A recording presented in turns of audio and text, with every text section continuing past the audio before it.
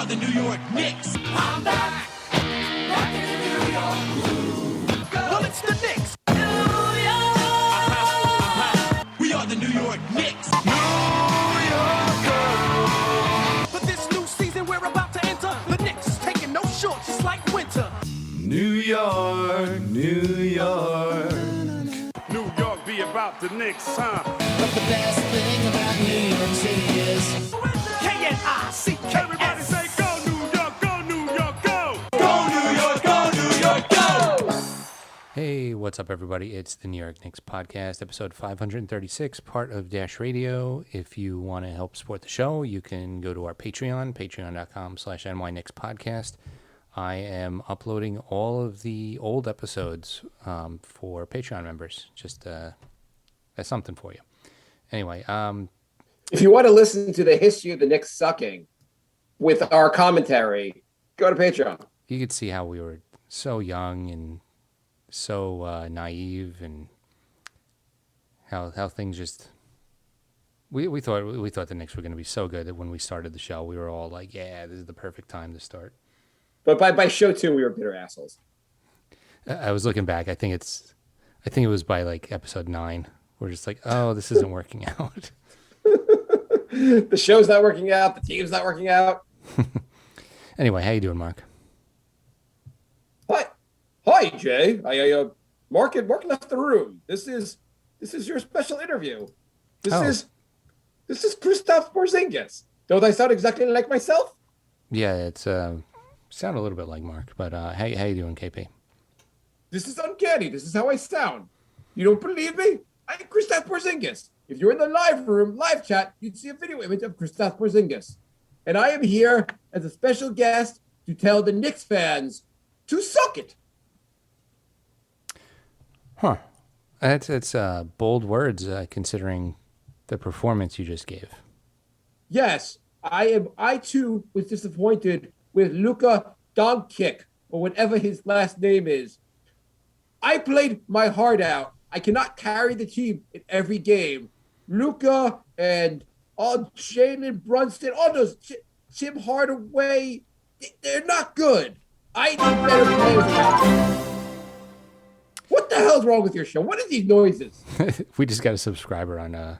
Thank you for the subscriber, Anthony. God damn! What the hell is this? What unprofessional amateur! I thought you were an official podcast for the team. So you seemed upset and saying the ball wasn't moving a lot.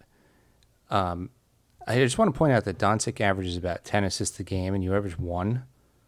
Yeah, the ball is supposed to move to me, not from me. I am a unicorn. You have to get me the ball on every play. Do you know how good I am? You're just bitter because I'm not on the Knicks anymore, because your team, I can't even tell you what happened, but the truth will come out. When? The truth will come out. You don't know what happened. No, I don't. That's why we're asking what happened. I'm telling you, the truth will come out. I gave my heart and soul for the Knicks. The Knicks betrayed me. Sometimes you can't trust friends. I have no idea what you're talking about, to be honest. Okay, listen. I am a unicorn. I may be the greatest player in the history of time. And I'm just letting you know, I wish the Mavericks would play better. Okay, but aren't you like one of the big parts of the Mavericks? So you would want? Yeah, I'm the heart and soul of the team. Mm-hmm.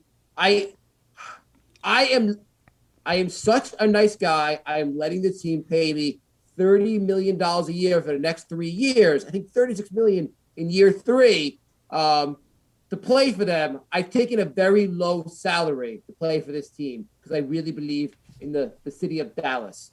You are a true hero. Yes, but I just want to also make an announcement that the playoffs may be over for Mavericks fans, but the best part of the year is now going to begin. Why is that? Because it's off-season workout video time. Oh. I am going to be dropping a series of unbelievable off-season workout videos. It's better than winning the title. Amazing. Can't wait. Thank you so much. Glad I we will didn't. be working out my glutes and my pecs and my biceps and my triceps and my unicorn Thank you sets. for your time. Thank you for your time. Screw you, Knicks fans.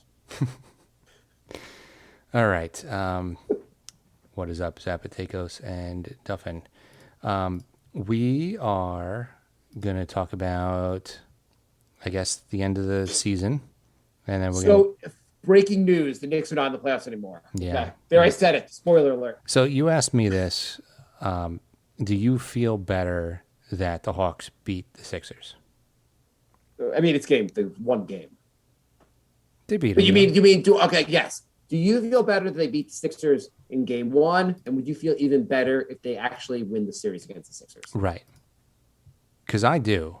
I know some people are rooting against the Hawks. I feel like it helps. If you lost to a team that goes really far, you could say, well, we lost to one of the better teams. But if the Hawks got waxed in game one and lost by like 40, I'd be like, oh, maybe the Knicks weren't that good. Yeah. I was listening to it was like, I think it was the WFAN or one of the sport, or was it maybe ESPN radio, I forget. But this was maybe midway through the series, and a caller called up and said, like, hey, he's like, I remember back in like 89, Knicks were playing the Bulls. They were heavily favored in the playoffs, and they were supposed to stop them. And this player, who obviously a very good player, but like no one knew how great he was, Jordan, beat them. And at the time, we were really disappointed, but we didn't realize just how good of a team we were actually facing. Mm-hmm. And again, Trey is not going to be Jordan, but I guess the idea of like they might be a lot better team than we were giving them credit for, especially if they can beat Philly. Yeah, Philly's looking pretty invincible. Yeah, I mean, I wouldn't have given the Knicks a shot against Philly. Atlanta, and again, it's only one game, and Philly could stomp them the next 4 games, but they looked pretty much up to the challenge for game one. Yeah. Who knows what? Do you think, after seeing game one, what's your thought on the rest of the series? I still think it's going to be close. Embiid's a problem when he's healthy, but he looked like he was limping around. So He seemed healthy enough to play. Healthy enough to play, but how long will that last? You never know. Right. I mean, either way, that puts them in not a great situation. If Embiid's even 80%, it's not great. Yeah. I mean, I think it's still going to be a long series, but the Hawks could take it. Yeah, I guess I'm not rooting for the Hawks, but I wouldn't mind if they beat Philly. I guess I'm not rooting for Philly either because I don't like either team. It's not like you're watching them being like, oh, go Philly and beat the Hawks. Like, I get what you're saying in the sense of like, if they beat us, they might as well beat everyone. That way we're like, we lost to a really good team. Right. If Philly just blew them out, we would just look like a crappy team. Yeah. So if you are, I'm just going to change it, the Bucks, and you're playing a Nets team with Harden who played 1 minute and then got injured, and you're losing by 45 points. So I have a question, but just to interrupt. Do you count what the Bucks are doing currently against the Nets as playing basketball? In the loosest sense of the idea, yeah. So the Nets are going to win the title, right? Like we're just this just sucks, right?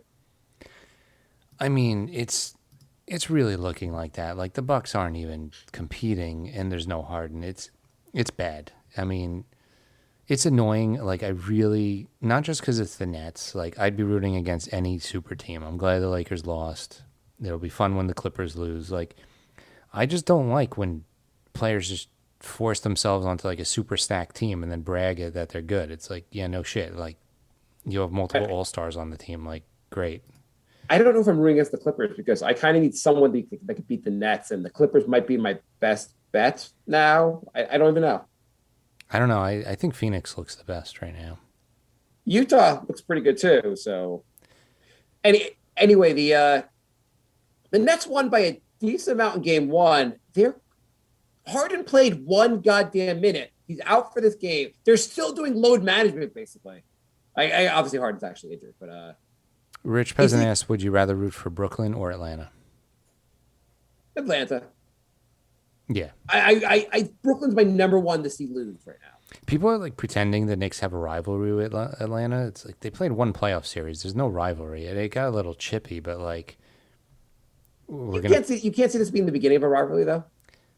it could be, but you need, it's not the like start of something. It could be, but I'm not gonna like put them in like rivalry category because they played one series together. Totally fair, but like game one against them against the Hawks next season, we're going to be like extra ramped up to like we got to beat this team to show we're back on top.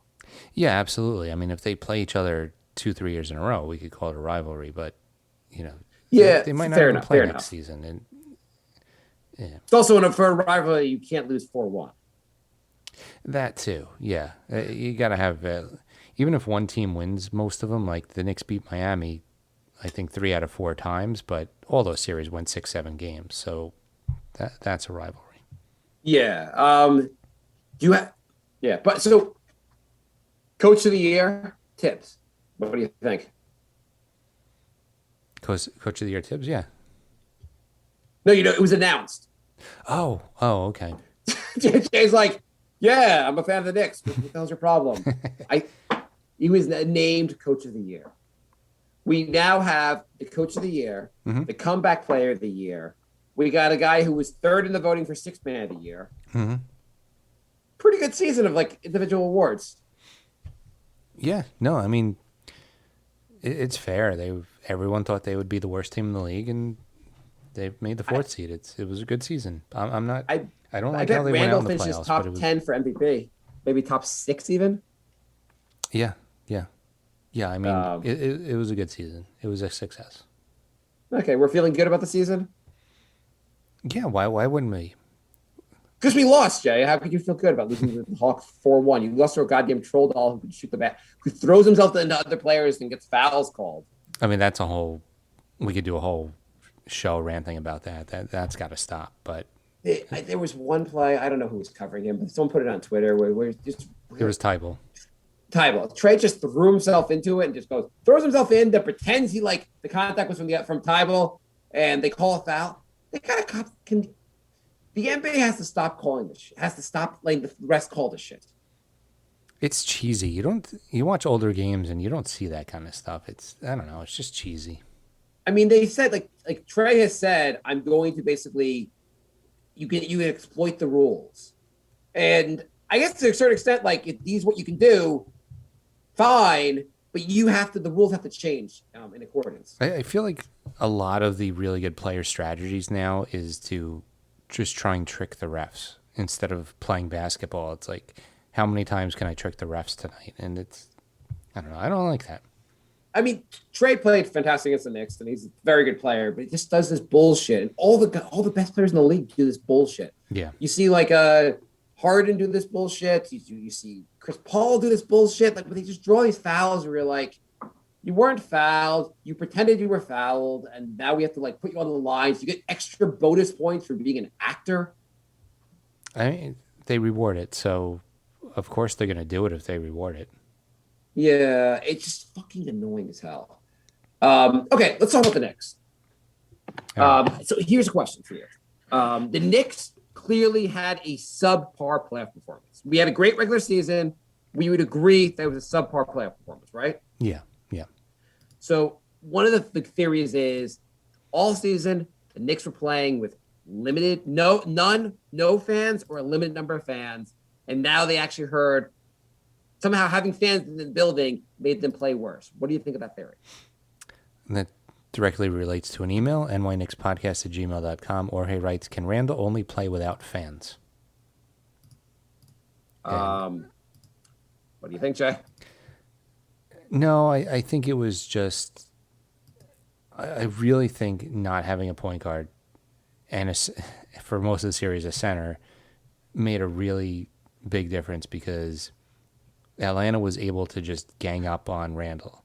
But it didn't make that big of a difference in the regular season. We didn't it wasn't like this roster. The center thing was a newer issue because you had Nerlens injured it also, but the not having a point guard, we had the same rotation throughout the whole season, and Randle was just a flat out better shooter for the regular season. Of all the players, Randle's lack of his subpar performance stands out the most. obviously, like, other guy Bullock played worse. A lot of guys played worse, but like he was really like he stood out for how poor he played. Yeah, I mean, I think there was a trickle down effect though because Peyton wasn't playing good, but benching him made Rose start. Rose seemed run out of gas before the end of the game, and it just changed the whole dynamic of the series. Like, But in game two, when he was the first game he started, he actually had a great game. Rose had a great game. Was it game two or game three? yeah, but we all know Rose is not Oh, going to wait, play a whole because series. Payton was benched at the beginning of game after the beginning of game. It's quarter two. After the beginning of game two, he was benched. But why was Randall's shooting so much worse? Maybe it just got in his head. Maybe Atlanta's a better defending team than we give them credit for.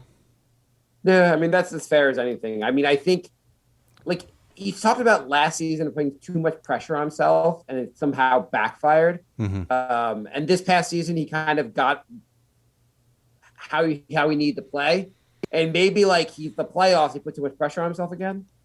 It's very possible. I mean, all then eyes were on him the entire series. Right, and I imagine like in game one, shots aren't falling, and in the regular season, shots aren't falling. You just pick yourself back up. The games don't have quite the same meaning. Yeah. Game one, your shots aren't falling. You put extra pressure for game two. And then game two, you miss a couple of shots, and suddenly you're just like spiraling out of control. Yeah, then you double the pressure for the next game and double it for the next game. I think a few of the Knicks players got in their own heads. I mean, one of the things that Randle in particular, I mean, I think they defended him very well. He settled for too many like hard shots.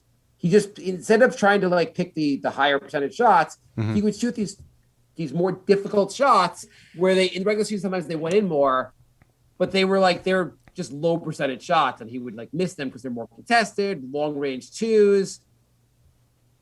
He also seemed more hesitant. There was a couple times where he had an open three and he would hesitate or pump fake, but then he would take it when there was a guy in his face. So like, I just think that he was a little bit too much in his own head. I also think Capella got in the Knicks' head a lot, just because they had anytime they drove to the basket, he could block their shot. I think they got at some point they did not want to drive to the basket because Capella was there. Yeah, I mean, Randle getting injured really created a problem. Well, Not Randle, you mean Mitchell Robinson? Robinson, but not just Robinson. When Noel sprained his ankle, it was like the defense for Atlanta was a lot easier for them to defend once that happens. Right, not having a lob threat. I guess they could have done more pick and roll. I mean, you could bring Toppin was your next guy who would be like a lob threat, but they didn't really utilize him. But though, in fairness, they never utilized him that much in the regular season. To really start giving him an outside role in the playoffs would be tough. Well, so there's a big difference between Capella lobbing, Robinson going up for a lob against Capella versus Toppin. Yeah, no, I agree with you also. I'm just saying, like, I'm trying to think of who else they could have used as a lob threat. I mean, not much. The Knicks' two biggest guys were out, so there's not much they could have done. Yeah, I mean, they could have done different strategies. Hawks clearly were the better team for this year. Yeah, I mean, I would have liked to have seen what the Knicks would have looked like at full strength, but they still, I mean, there's a huge glaring hole at point guard, so yes, we'll see what Yes, happens. there is. Rich Peasant wants to know, Mark, will you be offended if someone tells you that you have a resemblance to Bogdanovich? Which one? The Utah's version or the Hawks version? I don't know. Did the Knicks win? I'll be any Bogdanovich. I'm fine with. Zapatego said, did the Knicks win the KP trade, or do we still need more time for the dust to settle to grade the trade? I know. So we were talking about this off the show, and you're still all about the fact that they didn't get fair value for him at the time, right? Yeah, there was a story that came out that said there was a number of teams that were interested, and the Knicks didn't even take their calls. I think they sold low, so I think they could have got better, and that'll always be in my head that there was a better deal out there. That being said, getting rid of KP and not giving him a max contract is huge. Right. His contract looks like one of the worst contracts in the NBA right now. Yeah, it's not even that he's playing bad, but he's not playing like almost max contract salary. I mean, the guy's 7'3", and he averaged 5 rebounds a game for the playoffs. Right. Like that's you can't do that. He scored 20 points a game for the regular season. Like, if you look on paper, his numbers look okay. If you watch him play, he's very soft out there. He doesn't do what you want an all-star to do. He kind of like, if you paid him $10 million a year, you'd be like, okay, fine. He's like he's a role player. He's billed as this unicorn, like he's going to be one of the best players in the league. And in actuality, it doesn't look like he's that good. I mean, it's just funny that his name is the unicorn, and there's like so many other guys that can do what he does and better. Right. He's kind of like the gimp unicorn. Yeah, no, I was trying to think of what trades, like looking at the teams that have bad contracts that would like to move them. What trade could you see Dallas making if they wanted to? Because there's talks they want to move on from Porzingis, but like no, in theory, I can't imagine anyone giving you a lot of value for him. You have to just trade for another crap contract, right? I would think so. Yeah, you're not going to get a haul of good stuff for him. Yeah, you're not trading him for Dame Lillard. Especially after he missed half of the season again. He's literally never had a healthy season. Okay, would Cleveland trade him for Kevin Love? And would both teams do this trade? And I don't know how many years left in the contract, and I'm not looking it up. I know Kevin Love still has more years. Well, KP has 3 years. I think Love might have 1 more year, or maybe 2 more years. But let's just say, I'll look that up. Fine. Kevin Love has 2 more years. Okay, so 1 extra year of KP. In theory, 1 extra year of Love. We get one more year of KP. In theory, Cleveland gets a younger player who might give a crap about playing in Cleveland, or actually probably won't. I don't know. Like, he won't look as sad to be on the court as Kevin Love looks. I mean, neither of them are ever healthy. Right. I mean, if you're Dallas, in theory, if Kevin Love can get healthy, he'd definitely improve the team. Yeah, but Kevin Love hasn't been healthy since 2016. Oh my God. Is that true? Yeah. So you don't like this trade? So since 2016, 60 games was the most he's played in the season. Because I still think you can convince the team that KP is still getting healthy and he's going to get better from here. You also would be a team that hasn't watched too much of his recent performance. I mean, how much better is he going to get? Okay, here's my other trade. Kemba Walker for KP. Ooh. Boston would love to get rid of Kemba Walker. Yes, they would. Yes. Okay, it's always going to be guys who are injured. You're betting on them being healthy. Kemba, his defense, with injuries, his defense has gotten so much worse. He's not the offensive player he used to be. Do you think Dallas would say, he's undersized, but with Doncic, we can make this work? I don't think you do it if you're Dallas. Kemba looks, although Porzingis looks really bad. Yeah, I mean, like, you just like, you fill in that way. Because you also, if you're paying KP, you have to play him. At least we get a different guy who would play. I mean, Kemba, maybe he would look better with Doncic. So Kemba's 30. Like, both teams, like, first of all, Dallas needs to figure out how to get better, and they're locked in this stupid contract with KP, which prevents them from getting better. And at some point, also, you're like, Doncic's going to want to leave if we don't figure some shit out. So Kemba has 2 years left, player option in the second year. Okay, well, he's going to take that player option. You think he's going to take $37.5 million? Yeah. Rich Peasant says Bill Simmons will be livid. I'm not sure whether it's a bad contract. Let's go back to the Knicks. If you're the Knicks GM, will you sign Randle for max 4 years or a 1-year contract first?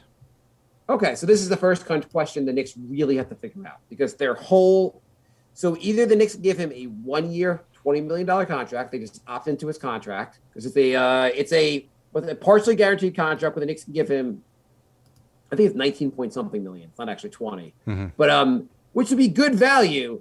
But then at the end of the contract, they would have to sign him for basically a 5-year max contract at like $35 million a year if they want to keep him, which would be a huge contract, right? Yeah, yeah. And 19.8 is the actual contract for next year. Or the Knicks signed him for a 4-year deal, which basically would be about 110 million, I think, based on because it's the partially guaranteed contract, they can only increase of a certain percentage. Mm-hmm. So you're going to get it for about 26 million a year, 27 million a year, Mm-hmm. which basically means next year you pay him an extra 6 million, Mm-hmm. and then you have him for 3 more years. So would you rather have him for a total of 4 years or a total of 6 years? And it's 6 years at more money. Of course, obviously, after next season, if you don't think he's worth it, you don't have to sign him for a max deal, but then there's a chance he'll probably walk. Right. Like, what kind of commitment do you want to make to him? I do the 4 years now. Yeah, I think the 4 years now, like, even though he had a subpar playoff performance, if he plays like he the regular season like he did this year, next year, it'll be a good value. I mean, we said it last episode. He took to heart the holes in his game last season and fixed them. He's going to do it again. He's the guy seems super motivated. He even posted on Instagram that he's getting ready to fix his game again, and I think he's going to come back and be even better. And he doesn't have to, like, you need some pieces at some point. Like, you need to keep good players, and I think he's a keeper. I think he's going to keep getting better. Yeah, I feel like also, like, if you wait till the end of the season, next season, and then you're not sure what you want to do, and you end up signing him to a max, that max contract could be a worse contract. Mm-hmm. And also at some point, like, he's probably also, you could just take the team option, but you probably have a more bitter Randle next season also. He feels the team hasn't committed to him, maybe. Mm-hmm. You're right. You get a good player, stop waiting for the next player, commit to him, and just keep building. Yeah, yeah. So I'm totally down with your strategy there. I mean, What? I mean, I'm getting shit right now for saying he posted on Instagram, but he posted on Instagram last year and actually followed up on it. That's what I'm saying. He seems to, like, make these goals for himself and actually sticks to it and gets to that goal. He clearly worked pretty damn hard in the offseason, came in great shape. In theory, he should be even more motivated for next season. Yeah, definitely. He doesn't want that to be the lasting memory of him in New York. He wants to have a good playoff series. I mean, the real question here is, do you think the 72-game regular season was indicative of what he'll be next season, or do you think the 5 games in the playoffs? I always take the 72-game sample size over the 5. Yeah, I think he's going to get – I think if anything, he has a shot of getting better. He's 26. He's got a bunch of years in his prime. I'd bet on this. He made a – so I agree with people that maybe he's not the number one player on a championship team, but he's a piece. He could be your second guy, your third guy. I don't know. Like, I'd bet on him. Right now. Even if you think he's second or third, he's on the team now. So you don't have to go in order. You can have the number 2 guy and then get the number 1 guy afterwards. Like, let's keep him. Villadoza, we think you're number 14. You're the 14th guy on a team, and we have to get the other 13 guys first. We're going to cut you. Yeah, exactly. So you have to do it in order. No, I completely agree with you. The most OCD GM ever. It's also just generally speaking, like, it's opportunity. Like, what's your alternative? You let Randle walk and just wait for another superstar to get here? Like, you're taking away the team's best player for what? Yeah. You could try to trade him. You think you're gonna get dollar for dollar value? Well, that, and if you do the 4-year contract, even if he doesn't play that well, he's not even going to be close to the worst contract. Like, you'll be able to move him. It'll be a reasonable contract. Right. I guess basically, if you either have a situation where in 2022-23 season, you could have a guy in a 5-year deal, and if it looks like a worst case scenario, it looks like a bad deal, and you have 5 full years, or you have 3 years and it looks like an okay, it even looks like a bad contract. It's 3 years versus 5 years. I don't know. It just, yeah. I'd bet on the 4-year. I also think from Randle's perspective, he will take the 4-year deal because as much as, like, you want to bet on yourself, this is guaranteed money. If like you're offering over $100 million, like he's going to take it. Yeah. Especially a situation where you're like, we're not offering you below market value. We're offering you the max we can currently offer you. Exactly. You're not just like, it's one thing if the following year you give him the same offer, he'll just say, well, this is insulting. You guys can offer me more. You've set it up so this is the most you can offer. Yeah, agreed. So they don't have a lot. So basically, signed for next season, you have Randle, at least on the you have Randle, you have Barrett, you have Toppin, you have Knox, Villadoza, Quickly, Mitchell Rob. There are a lot of guys who are free agents. Rose, Frank, Burks, Peyton, Noel, Bullock, Taj, Pinson are all not signed for next season. Jesus. Well, Nomad just asked, which young guys do we keep or let go? Do you know who the third highest paid Knicks next season is? Well, let's see. Who's the highest paid Knicks guy? Highest paid Nick is... Just discussed him. It has to... We were just talking about him. It has to be Randle, right? Yeah. Is there someone else paying $20 million a year? I wanted to make sure Noah still wasn't like the highest paid player on the team. That's where I'm going with this, Jay. Shut the hell up. RJ's second, Noah's third. It's... How the goddamn... I cannot believe Noah's still like being... Didn't Noah You retire? had to stretch this out for some good goddamn reason. When they stretched it out, we said this is going to be so annoying. The guy isn't even in the league, and we're still paying him. The Mitchell Robinson is a team option at 1.8. He's also a question. You give him the team option, or you try to extend. What do you think? I think with Mitch, you give him the team option. I want to see a healthy season from him. Unless he's willing to sign like 4 years, $20 million. Take the one. We'll give you the 1.8. Prove yourself. Unless you're going to give a very team-friendly contract, just see what happens. Yeah. And then the rest of the guys. So you have right now the Knicks have like $60 million in cap space, but they also have guys that want raises. Like you want to bring back Rose. Rose made $7 million this year. Probably wants more money. Frank made $6 million a year. Hopefully his next team will pay him something like that. I guess let me just go through this team real quick. So Rose, what do you do? He's 32 years old. He made $7 million this year. What do you offer him? Do you want him back? $7 million. I think you have to give him a multi-year deal to get him back. I don't think he's going to sign a one-year deal, Jay. 2 years, $14 million. He was third for Sixth Man of the Year. Yeah. I think the agent's going to come to you and go like, yeah, I'm not asking for a max deal, but my dude's got to get some money. Remember Rose, he had to take last time he was on the Knicks, he had to take days off to just deal with the fact that his contract might not be as big next season. Yeah, I mean, he had a great season, but does anybody expect it to happen again?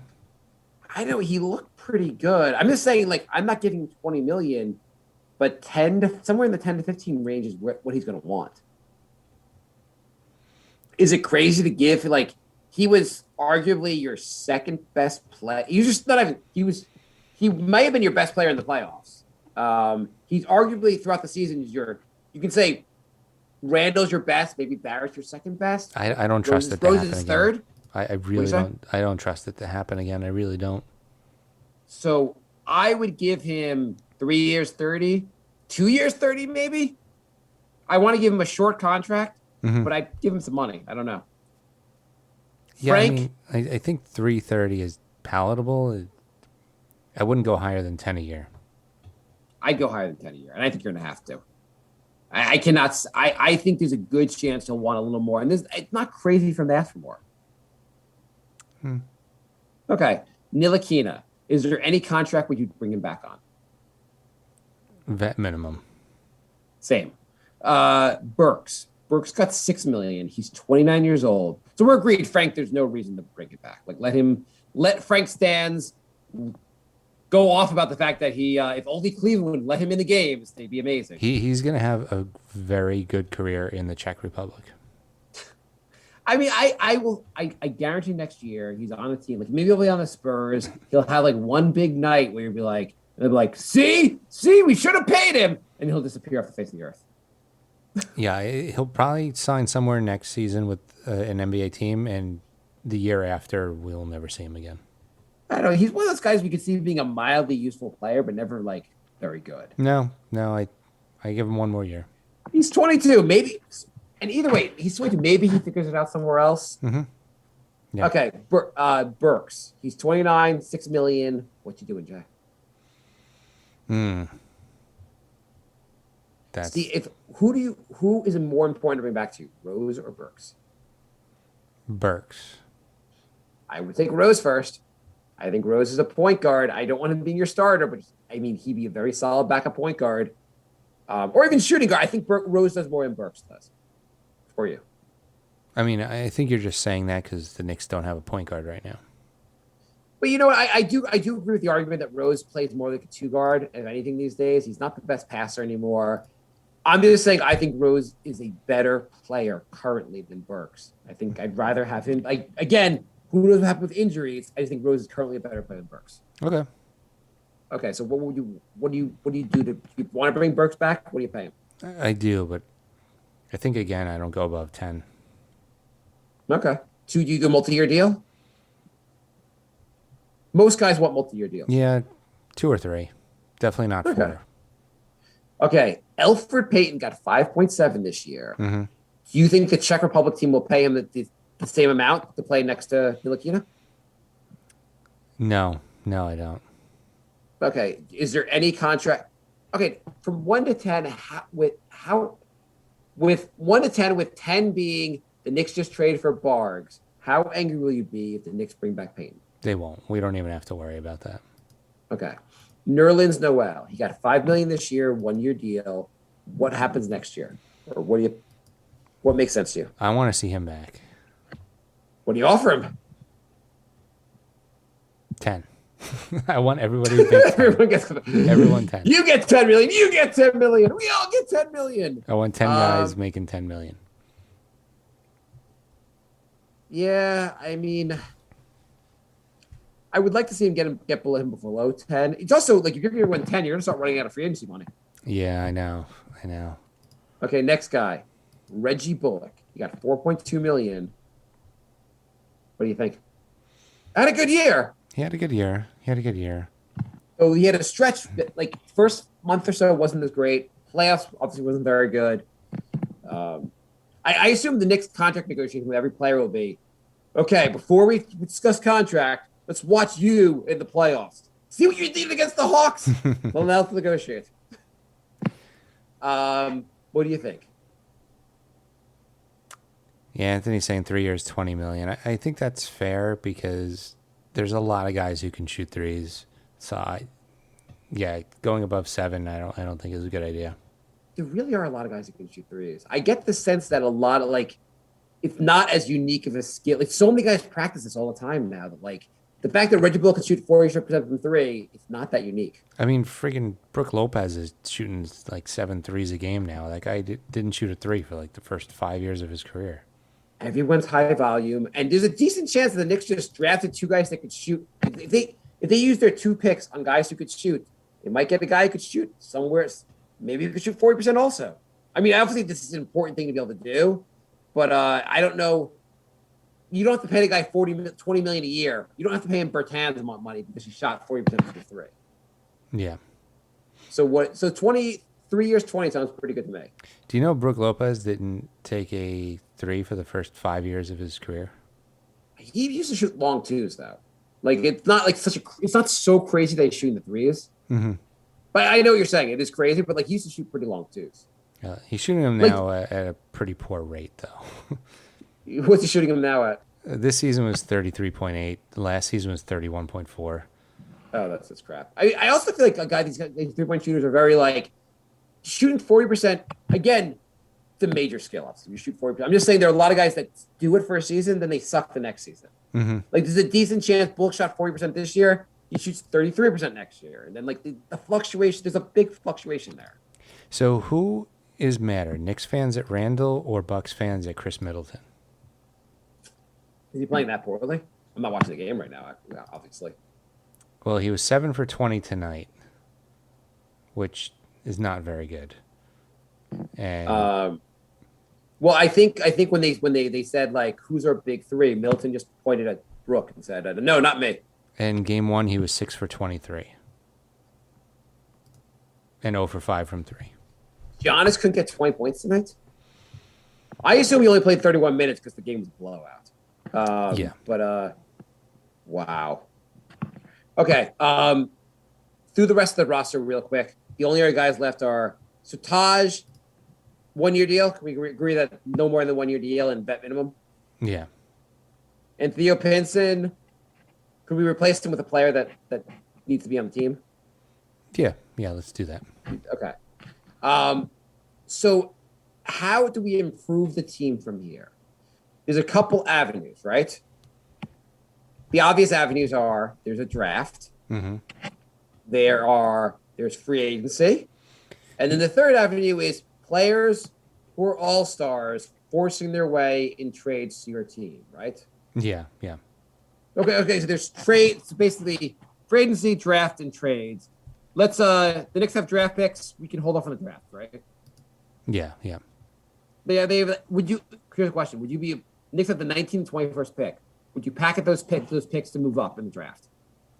If you identify a player you want, obviously. Yeah, if you find a player you think is going to be good who you're identifying not because they're represented by CAA, but because you think they're going to be good, then yes. Leon's like, you got to trade up and get my son's client again. Yeah. How, if you could trade the 2 picks and you move up to like 12th, would that be worth it to you? Not knowing who the player is. I think that's a pretty big jump up. Yeah. What if it's like 15th? Would it be worth it to you? I don't know. Again, I don't know who the player is. I'm just Yeah. saying, like, just number wise. Is that player a point guard? Then yes. I think you have to get to like around number 12. You're not going to get much higher, but to trade both picks, you'd have to get to around number 12 to make it worthwhile. Yeah, yeah. It's got to be a decent enough jump because right now you have 2 bites of the apple versus 1 bite of the apple type thing. Yeah. Okay, so I wanted to look through all-stars and ask you, are any of these all-stars going to become available or the Knicks have a shot of getting them? Okay. Guys who might be able to force their way here. Mm-hmm. The first guy went out in the first round of the playoffs this year. His team looks like they have no way to ever go anywhere. Every year they go to the playoffs and nothing happens. Our first contestant, Dame Lillard. Dame Lillard. So 4 more years on his contract. he has 4 years, At ridiculous amounts of money. 43, 47, 50, 54. So not forgetting whether Portland would ever trade him and forgetting if the Knicks have the assets to get him. Dame is amazing. Would it concern you at all, like looking at like and Kemba's a different player, but an undersized guard and the injury, like he's going to be north of 30. He's turning 31 next week. Yeah. So at his age, do you want to bet with that kind of contract? Would you want to get Dame? Would you want to empty the roster to get him? I don't want to empty the roster to get anybody. Okay, let's just say you could trade let's say you can keep the roster pretty intact, trade a ton of draft picks, and maybe RJ. You had me until RJ. I would do like IQ, OB, 3 draft picks, and like a pick swap. Okay. It's all Any lot. concern? Let's say they do this. Is there any concern that they do this and then you're like, Dame's great, but this could end poorly with this big of a contract? Of course. Any hesitation? Of course. I mean, yeah, you're always going to be nervous. And the last 2 seasons were the he's been healthy like pretty much his whole career. Yeah. So you would do this, right? Yeah, I would do it. You're Portland. What's your move now? Each year you go to the playoffs, and each year it doesn't work out. You got CJ, you got Dame, hell of a backcourt, but they're both like undersized guards. You brought in Norm Powell, didn't make much of a difference. What's your move? Anthony said he'd give his wife for Lillard. I mean, We just sweeten the package. if you're Portland, you don't give up on those guys. You try and build around them because getting a guy like Lillard is so hard to do. So You don't say Portland like, hey, like we can move McCollum, we'll get something for him. But like there's nothing like you move Dame, you could get a ton of draft picks and really reset your franchise and have a chance. If you want to win, we're not going anywhere. Move the All-Star. if you move Dame, you're moving McCollum, and you're just completely blowing it up. You get a lot of draft picks for that. You would. OKC would give you all the draft picks for that. I don't know. I think it's too tough to do, especially like we have fans going to the game. How many fans are going to go to the game to trade Dame? But what if Dame comes back and just says, I hate Portland. I don't want to be here anymore. I need to be traded. And just pulls like a star player, I need to be traded move. Oh, my God. If the Lakers get Lillard, or he goes to the Nets. Well, watch one of those two teams. Okay. So how likely from what percentage chance do you think Dame to the Knicks happens? 10. 10%. Okay. 10%. Next star player, Bradley Beal. Got a couple years left. Probably like 4 years left on his deal. Undersized guard, hell of a scorer. Is there a chance he ends up forcing his way to the Knicks? I mean, for sheer like comic factor, another player like leaving Westbrook would be kind of funny. He's only 27. Yeah, he's surprisingly young. 2 years, 34, 37. The 37's a player option. Which he may not even at that point take. I mean, it sounds like he might be looking for a bigger deal then. Yeah. Which is fine. Yeah, because he's almost 28. He'll be almost 29. Washington, I don't even know if the Knicks have enough to get him. Like the player would have to really say, I want to play only for the Knicks. And pull like the way James Harden somehow ended up on the Nets. It made no sense. They were capped out. He's like, I want to go to the Nets. And like Houston's like, we'll make this happen for you. Yeah. I give that one a 5% chance. So a greater chance that Dame ends up on the Knicks. You hear this. Jay thinks Dame is twice as likely to be a Knick than Bradley Beal. It's true. Okay. That is a big pronouncement, Jay. I am kind of shocked, Jay. Heard it here first. Okay. Next on our list, we have what other? Steph Curry decides, I don't want to be in Golden State. I'm tired of all this fame and all the winning we used to do here. I want a new challenge. What are the chances that Steph Curry, another undersized guard, ends up on the Knicks? Fulfilling the draft night dream. So he's 33. Still an amazing shooter, though couldn't get his team to the playoffs this year. Arguably had one of the best seasons of his career, though. I mean, he had like 3 guys injured. Yeah, Steph Curry's good at basketball. Got it. 1 year, $45 million left. Okay, only 1 year. We could just wait for him in free agency. Sure, he's coming. Led the league in scoring. I'm going to give it a 0% chance. So, okay. Kawhi Leonard in the playoffs right now, but could opt out. What are the chances he becomes a Knick? Kawhi is such a wild card. Nobody ever knows what that guy's going to do. Do you think the Knicks would relocate the franchise to San Diego to get him to join the team? Yeah. So he's just about to turn 30. I would say These are all zeros, Jay. There's 0% chance any of these guys are becoming a Knick. he has next year as a player option. So I'm going to give you. He has a player option, which the Clippers are playing pretty well.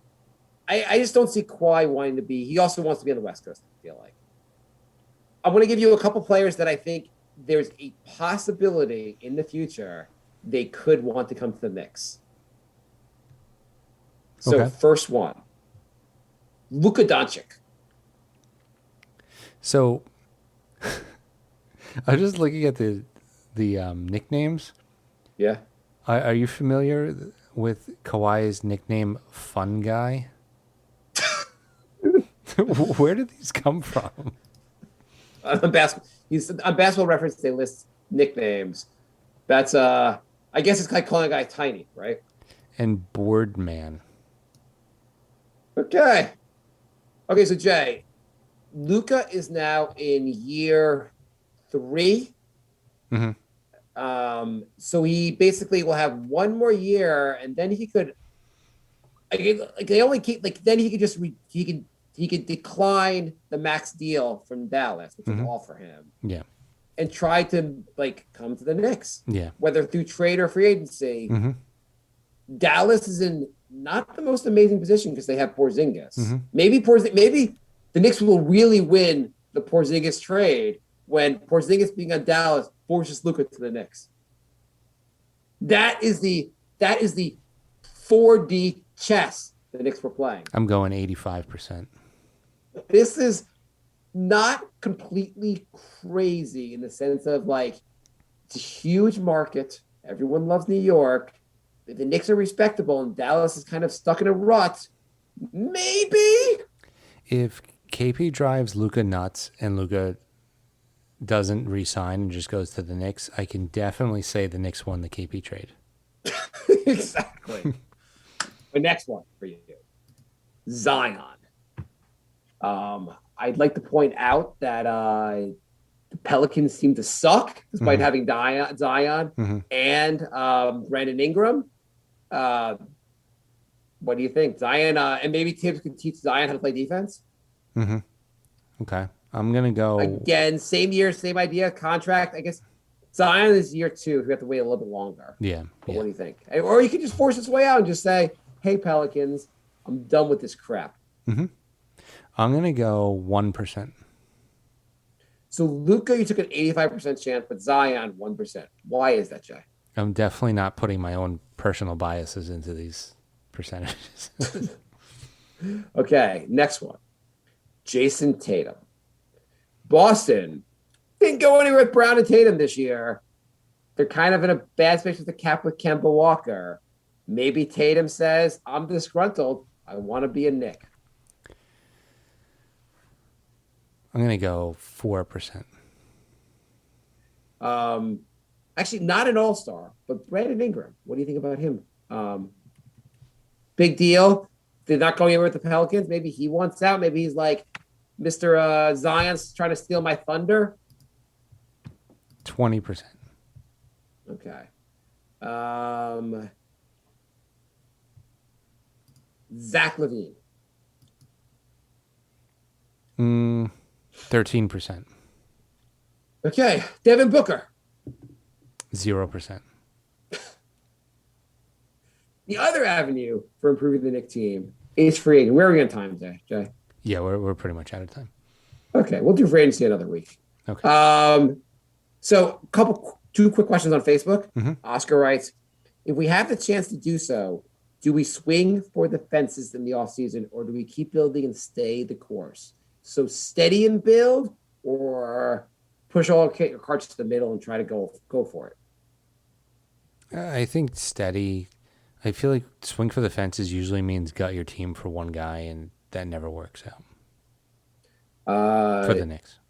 For the Knicks, yes. You have to add that for the Knicks. Peter writes, Nets is still the best team and had a big chance to win it all season. Yeah, it's super impressive that they were able to get all the players that forced their way to their team. That's really... Got 3 of the top 5 players in the NBA. Hopefully, and if we win, according to Kyrie, it's like spreading world peace. Yeah, it's just amazing. The whole world's going to unite over being front runners. Yeah. Is Kyrie out of his goddamn mind with the shit he says? Yes. Yeah. George writes, I want to know why Jay still thinks Randle is better than Melo after this round of the playoffs.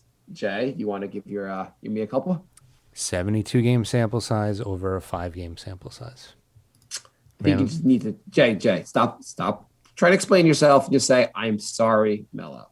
Randle's a better passer. He's a better rebounder. He's a better defender. Melo's a better shooter. I'm sorry, Carmelo. You try again. Anthony said, what's the roadmap for the show? Now that the offseason is kicked off, will you guys be going on a Knicks vacation and only do Brink? So the answer is no. We will be doing both. So Brink of Sanity is our comedy podcast. We will be doing more of those, and but we will still be doing Knicks periodically. What does periodically mean, Jay? How often? Whenever we feel like it. I think through the end of the season until the off season, every other week, Jay. Yeah, probably every other week. We can talk playoffs and stuff. Mm-hmm. And we'll and maybe do you'll do a couple extra episodes around the draft, say. Mm-hmm. And then once the off-season stuff is over, we'll probably take a vacation. Yeah. And Nomad writes, are the Knicks past the stage of asset collecting? Thoughts on taking bad contracts for draft picks or young players? I kind of think they are past that stage. What do you think, Jay? Yeah, I think if you make the fourth seed, you're close. And now you have to just keep getting better. You don't take on bad contracts now. Yeah, I think if the Knicks were in the 10th seed, the playing game, you could argue we're still so far away. And I know the Knicks are still pretty far away. The pressure's a little more on now to play to have a good season next year. Yeah. Okay, what did we learn today, Jay? We learned that we're surprisingly not angry. I think this was a therapeutic experience. Least angry season in a while. Yeah. This was fine. I was definitely cursing and kind of angry. I was pretty bummed in Game 5. That was a pretty horrible experience watching that. But I'm doing better now. Yeah. Well, I definitely got drunk during that game, but I got over it.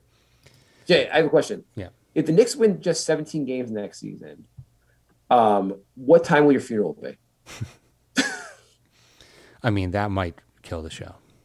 Thank you think. Knicks.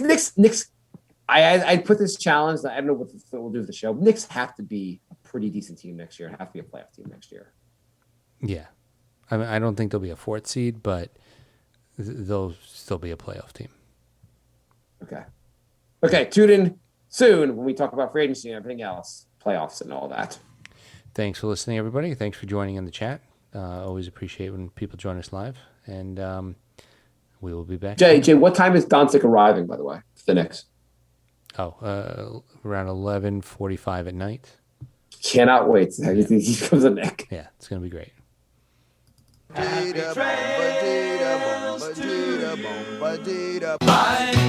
love. Goodbye, everybody. It's all over. Goodbye. It's time to go. This is the end. Say goodbye.